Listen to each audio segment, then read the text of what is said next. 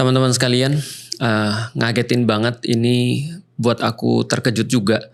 Ada beberapa berita yang aku baru dapat dan aku kumpulin dan mungkin ini juga bisa jadi ngagetin buat teman-teman. Tapi ya sebagai seorang yang harus jujur ya untuk menyampaikan berita, aku harus ngasih tahu. Ini aku bacain aja. Ada beberapa berita yang teman-teman perlu tahu. Yang pertama, Hamas membombardir gereja Yunani. Yang gereja Yunani ini ternyata menjadi tempat untuk berlindung dan juga di sana terdapat orang-orang yang cacat. Kedua, Hamas juga ternyata dilaporkan ini membunuh para jurnalis juga, yaitu adalah jurnalis-jurnalis internasional dan jurnalis-jurnalis lokal yang meliput apapun yang terjadi di sana. Yang berikutnya, ya mudah-mudahan teman-teman juga tetap mengikuti ya. Yang berikutnya adalah ternyata juga ada laporan juga, yang ini juga fix ya, bahwasanya ternyata di Gaza itu tidak ada aturan, bahwasanya Hamas itu juga dilaporkan menyiksa para dokter-dokter dan juga perawat-perawat medis. Ada yang tangannya dipotong, ada yang disiksa sampai mati, dan juga yang berikutnya lagi, ternyata Hamas juga yang menjadi biang selama ini kelaparan yang ada di Gaza. Jadi Hamas itu ternyata dilaporkan menahan seluruh makanan-makanan yang ada di Gaza sehingga rakyat Gaza itu tidak mampu untuk mengakses makanan. Sehingga 65.000 bayi-bayi, anak-anak itu terancam mati. Dan yang berikutnya adalah ternyata benar kata orang-orang selama ini. Hamas juga mendapatkan bantuan-bantuan militer dari banyak sekali negara-negara. Bantuan terbesar ternyata diberikan, jangan kaget, oleh Amerika. Yang kedua, Jerman. Yang ketiga, Italia. Inggris dan juga Kanada termasuk di dalamnya. Tapi itu what if? Ganti semuanya Hamas dengan Israel. Apa yang berubah daripada kita? Teman-teman sekalian, kekuatan Israel itu cuma satu sebenarnya, kekuatan narasi. Andaikan ada narasi, maka segala sesuatu itu terlihat lebih masuk akal. Andaikan ada narasi, seolah-olah kita jadi punya motivasi. Tapi kalau nggak ada narasi, maka biasanya orang-orang mulai akan ngerti seperti apa seharusnya mereka berpikir secara normal, bukan berpikir dengan dikendalikan orang lain. Pada faktanya, andaikan kita melihat sesuatu itu misalnya dilakukan oleh orang-orang yang ada di Gaza, atau dilakukan oleh orang-orang muslim, seperti tadi yang kita bacain, semua orang akan bilang, mungkin videonya juga akan di-cut. Video ini akan di-cut, lalu kemudian bilang, bener kan selama ini Felix Xiao akhirnya mengakui. Atau salah satu muslim Indonesia akhirnya mengakui bahwasanya memang Hamas itulah penjahatnya. Karena narasi yang dibuat selama ini adalah konflik antara Israel dan Palestina, atau konflik antara Israel dan Hamas. Ini narasi namanya. Narasi lagi adalah bahwasanya semua dimulai daripada 7 Oktober. Bahwasanya Hamas menyerang, lalu kemudian dia mengambil tahanan-tahanan, dia mengambil sandera-sandera, lalu kemudian menyiksa sandera, membunuhi orang-orang Israel, memenggal 40 bayi, lalu kemudian kepala-kepala bayi itu berserakan di mana-mana, lalu kemudian melakukan kejahatan-kejahatan yang lain. Itu semua adalah narasi-narasi bohong yang akhirnya digunakan untuk menjustifikasi kejahatan-kejahatan perang yang lain. Tapi kita coba ganti ya. Gimana kalau seandainya kita katakan bahwasanya semua itu yang tadi aku bacain itu bukan tentang Hamas, tapi tentang Israel. Coba kita bacain ulang.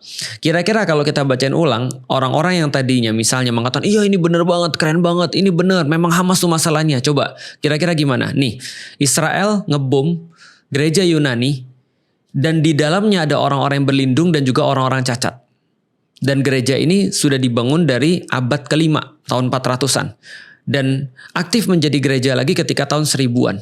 Coba bayangin, Islam menjaga budaya, Islam menjaga tempat itu selama ratusan tahun. Di tangan orang-orang Israel, mereka ngebom. Kira-kira gimana kalau andaikan orang-orang Kristen dengar ini? Mereka kira-kira bela Israel atau bela orang-orang Gaza? Kalau mereka tahu bahwasannya ini yang terjadi. Tapi narasi, balik lagi, narasinya orang-orang Israel pasti adalah di situ Hamas lagi berlindung. Karena mereka bergantung narasi yang awal. Nanti kita akan ceritain lagi, kita akan jelasin ulang.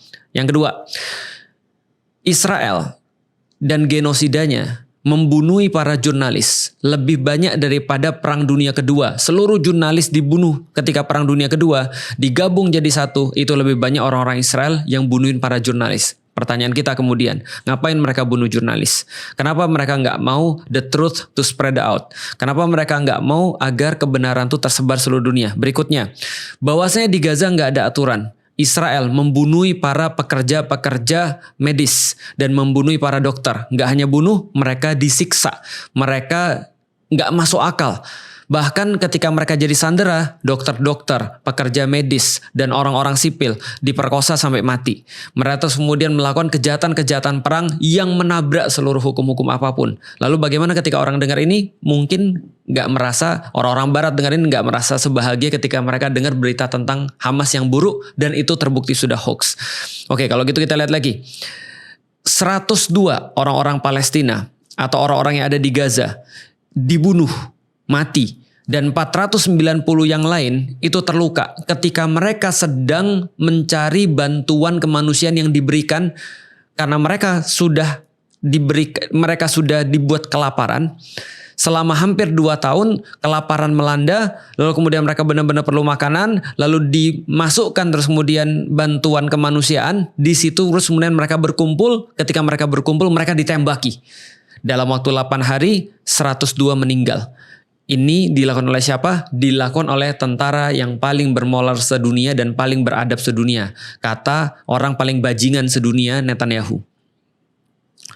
Ini adalah kemudian yang kita bisa lihat. Yang terakhir, penyuplai senjata daripada Israel. Yaitu adalah Amerika yang pertama, yang kedua adalah Jerman, yang ketiga Italia, yang keempat Inggris, yang kelima Kanada. Oke, kalau gitu coba kita lihat. Bahwasanya semua tuh nggak bisa bertahan tanpa narasi. Narasinya apa teman-teman sekalian? Narasinya dia adalah konflik. Narasinya dia adalah perang. Anda coba tanya aja ChatGPT, Anda tanya aja Google, Anda tanya aja Gemini dan segala macam. Mereka pasti jawabnya begini, ini complicated. Ini adalah perang Israel melawan orang-orang ekstrim.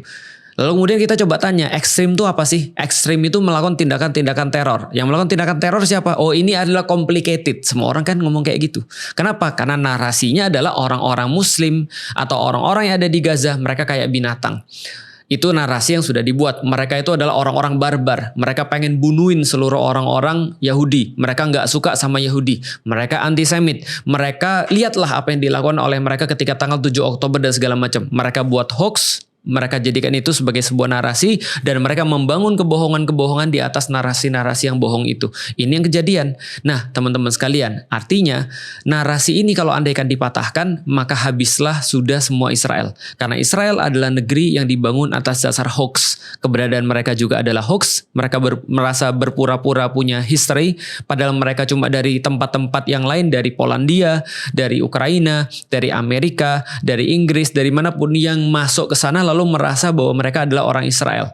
Tapi mereka bahkan berbicara dengan bahasa-bahasa mereka sendiri. Mereka merasa mereka punya agama. Mereka merasa mereka punya kultur, mereka rasa mereka punya budaya, dan yang paling penting mereka rasa mereka punya tanah. Dan mereka nggak mau agar orang tahu narasinya ini adalah narasi bohong. Tapi teman-teman sekalian, sesederhana kalau kita ngelihat narasi bohong, bohong itu adalah sesuatu yang sangat rapuh. Terutama kalau teman-teman sekalian tahu tentang kebenaran. Maka kalau ada orang yang belajar tentang kebenaran, belajar tentang sejarah, mereka belajar tentang apa yang terjadi, mereka tahu mereka nggak mau dikendalikan oleh media-media mainstream dan mereka cari sendiri, maka mereka pasti tahu masalahnya nggak sebegitu kompleks sebenarnya.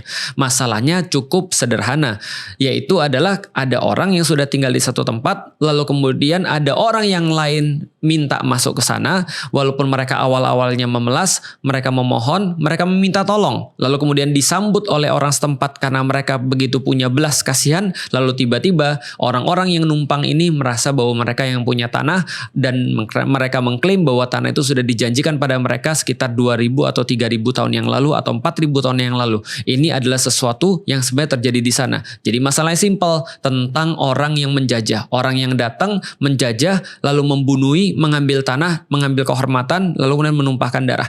Ini adalah sesuatu yang sangat sederhana sekali. Lalu bagian mana yang nggak sederhana daripada narasi-narasi yang benar ini? Tapi untuk membuat itu semuanya tertutup, dibuatlah narasi-narasi yang salah tadi. Maka ini adalah konflik katanya. Kalau konflik itu kan kayak dua-duanya kan punya masalah. Enggak, ini bukan dua-duanya punya masalah. Ini bukan konflik, ini genosida. Ini adalah penjajahan. Artinya kita nggak nyari masalah, tiba-tiba orang datang. Lalu orang datang mau minta tanah kita. Itu bukan konflik. Itu namanya adalah pembantaian.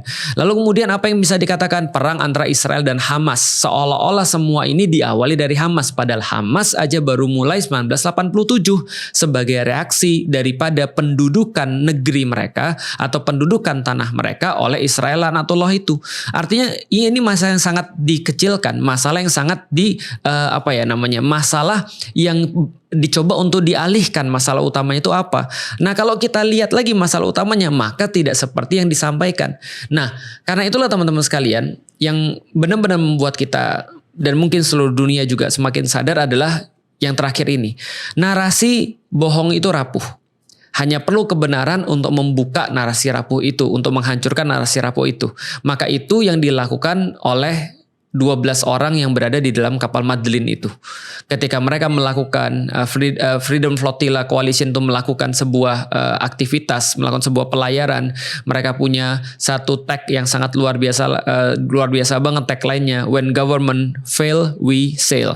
Ketika pemerintah itu gagal, maka kami naik kapal. Maka ini adalah sesuatu aktivitas, suatu project, suatu tindakan herois menurutku yang mereka itu mencoba untuk menguak dan memperlihatkan kebohongan narasi yang dibuat oleh Israel. Apa yang mereka katakan misalnya, ini adalah konflik kami dengan Hamas. Kami tidak akan pernah berhenti sebelum Hamas kami hancurkan. Kami tidak akan pernah untuk kalah di dalam perang. Kami meminta Hamas untuk dilucuti semua senjatanya. Masalah daripada semuanya adalah keberadaan orang-orang Palestina yang mereka pengen kami itu mati semuanya. Masalahnya lagi ada pada orang-orang Arab di sekitar kami yang gak pernah suka sama kami, yang pengen kami juga mati semuanya. Kami itu memang orang yang kasihan. Siapapun yang membenci kami adalah antisemit. Kami itu sedang melakukan pemerangan terhadap genosida dan segala macam kebohongan-kebohongan yang lain. Kami gak pernah untuk melarang bantuan-bantuan masuk. Kami gak pernah membuat orang-orang kelaparan. Pasukan kami adalah pasukan yang paling beradab dan paling berakhlak. Pasukan kami adalah paling bagus di seluruh dunia dan segala macam. Semua hoax itu berusaha untuk dipatahkan, dan itu yang kita lihat.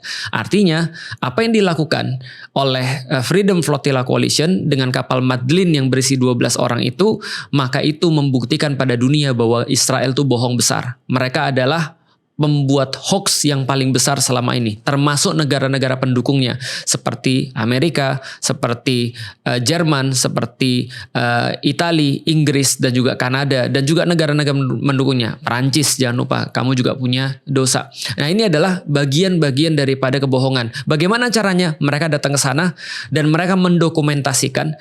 Dan mereka ngasih tahu pada semua orang, mereka ngundang orang-orang ketika datang ngeliatin kapal-kapalnya, ngeliatin terus kemudian isinya, bantuan-bantuan yang mereka bawa, ada terus kemudian diaper, ada terus kemudian makanan, ada gandum, ada kemudian roti, ada segala macam bantuan obat-obatan, semua adalah bantuan kemanusiaan, gak ada satupun yang namanya senjata.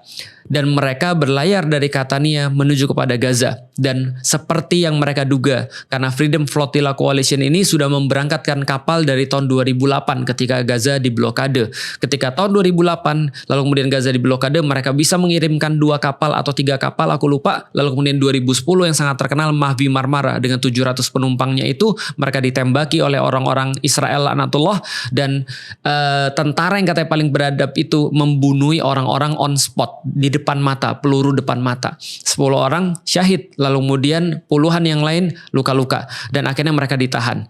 Artinya 12 orang ini tahu itu yang mereka akan dapat. Tapi ini yang mereka tetap lakukan. Untuk apa? Buka mata kita bahwa Israel itu adalah produsen hoax yang paling besar, termasuk negara-negara yang ada di belakangnya. Apa hoax mereka? Maka sebenarnya Israel nggak ada pilihan. Karena mereka udah tahu tuh apa yang akan terjadi. Maka mereka udah buat video. Kalau kami ketangkep, maka ini harus kalian lakukan. Kalau misalnya video ini kalian dapat, berarti kami sudah ditangkap sama orang-orang dan disandera sama orang-orang Israel, penjajah itu. Maka ini harus kalian lakukan. Ayo bersuara, jangan diem. Kasih tahu narasi yang sebenarnya. Pelajari tentang Palestina.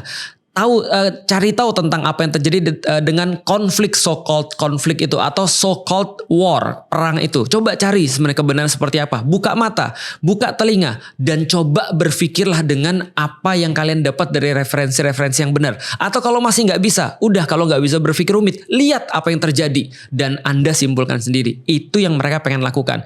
Artinya, manapun di antara 2 kemungkinan yang mereka dapat, ataukah mereka sampai ke pantai Gaza, which is impossible, ataukah mereka ditahan oleh IDF, itu semua membuktikan bahwa Israel itu hoax, bahwa mereka nggak akan memberikan izin bagi siapapun untuk bisa membantu orang-orang yang ada di Gaza dari kelaparan, karena itu yang mereka inginkan, itu yang mereka buat, dan itu yang mereka tunjukkan dengan apa yang mereka lakukan selama ini. Lalu kemudian mereka ingin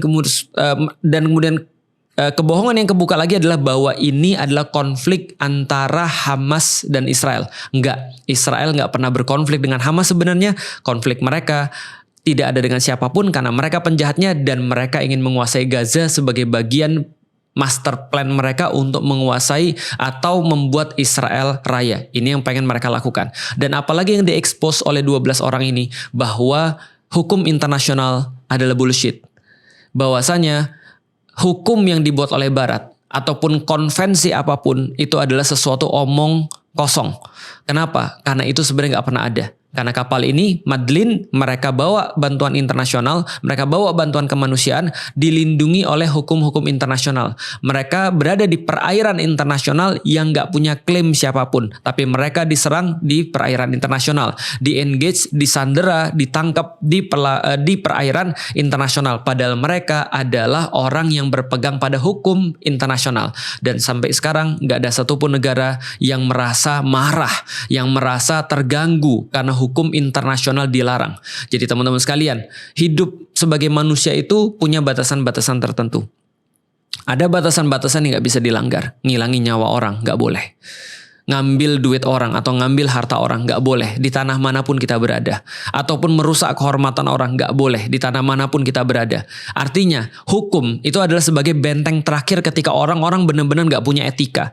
Tapi Israel terbukti bukan hanya gak punya etika, mereka berada di atas hukum. Kenapa? Karena negara-negara pelindung mereka, negara-negara barat, itu memang menjadi bos mereka karena Israel adalah proyek kolonisasi mereka terhadap dunia-dunia ketiga, dunia-dunia yang sedang berkembang, dunia-dunia yang ada di Timur Tengah, dunia-dunia Islam. Dan kita tahu Amerika akan melakukan apapun untuk melindungi ideologi kapitalismenya dia. Dan itu sudah dia lakukan ketika Vietnam War 20 tahun dari tahun 1955 sampai 1975. Artinya proyek kolonisasi ini menjadikan Israel sebagai anak emasnya. Coba pikir aja, kok bisa satu negara kayak Amerika dengan bejibun, dengan banyak banget seabrek-abrek masalah di dalam negerinya, tapi dia benar-benar bisa untuk mengalahkan kepentingan dalam negerinya, untuk bisa kayak menjadikan Israel tuh kayak anak emas. Dia boleh melanggar peraturan apapun, dia boleh untuk bisa melakukan kejahatan perang apapun, dia boleh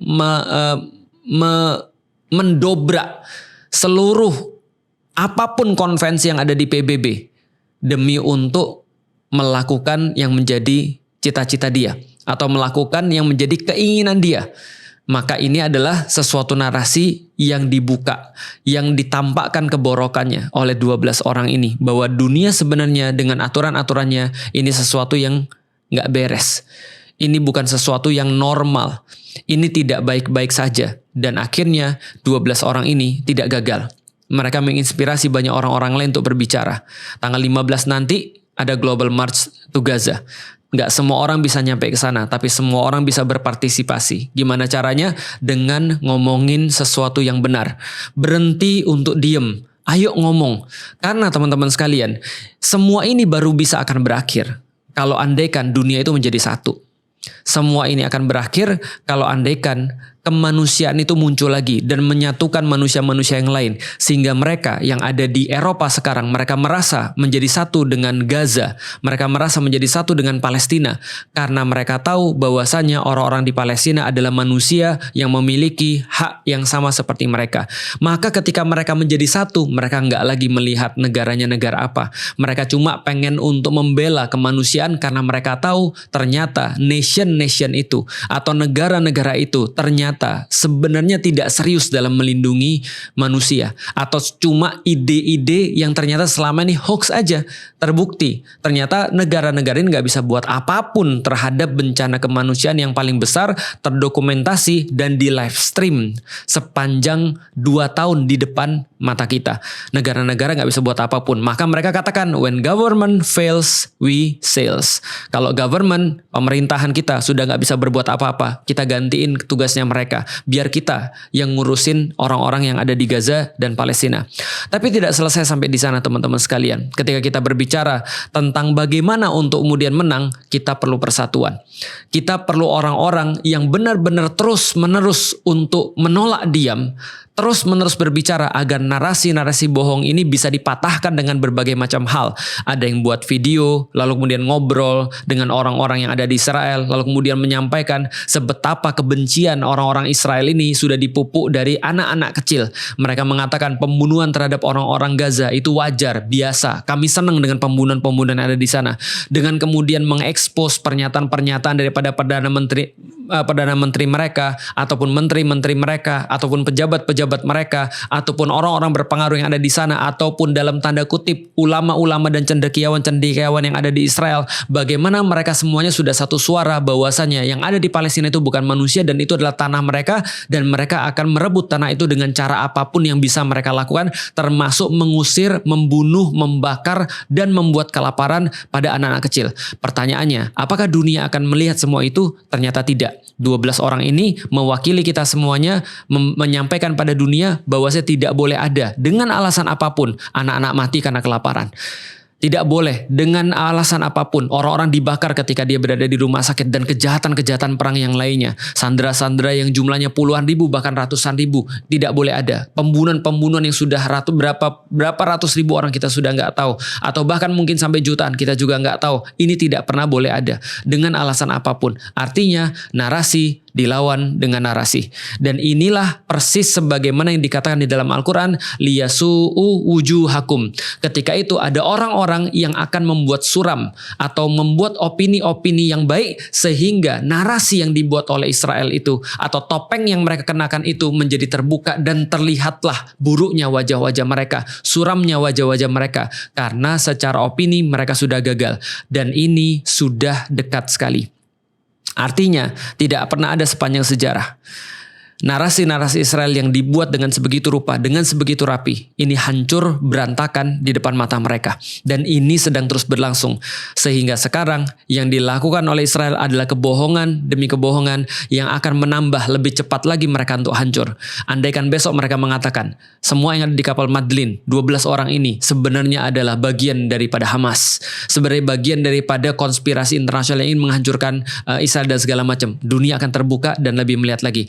Dan tunggu waktunya ketika orang-orang sudah sadar bahwa narasi-narasi yang dibuat oleh negara penjajah Israel ini adalah narasi-narasi yang salah, dan mereka mulai mengetahui kebenaran yang sesungguhnya, dan mereka mulai mengetahui bahwa kemanusiaan ini harus segera dibela sebelum ia mati, sebelum kita menyaksikan dia tidak tersisa lagi di dunia ini. Maka tunggulah waktunya, ratusan, ribuan, atau bahkan ratusan ribu kapal-kapal akan berlayar tanpa bantuan pemerintah ataupun dengan bantuan pemerintah menuju ke Gaza, lalu kemudian kita akan menyaksikan pembebasan Baitul Maqdis.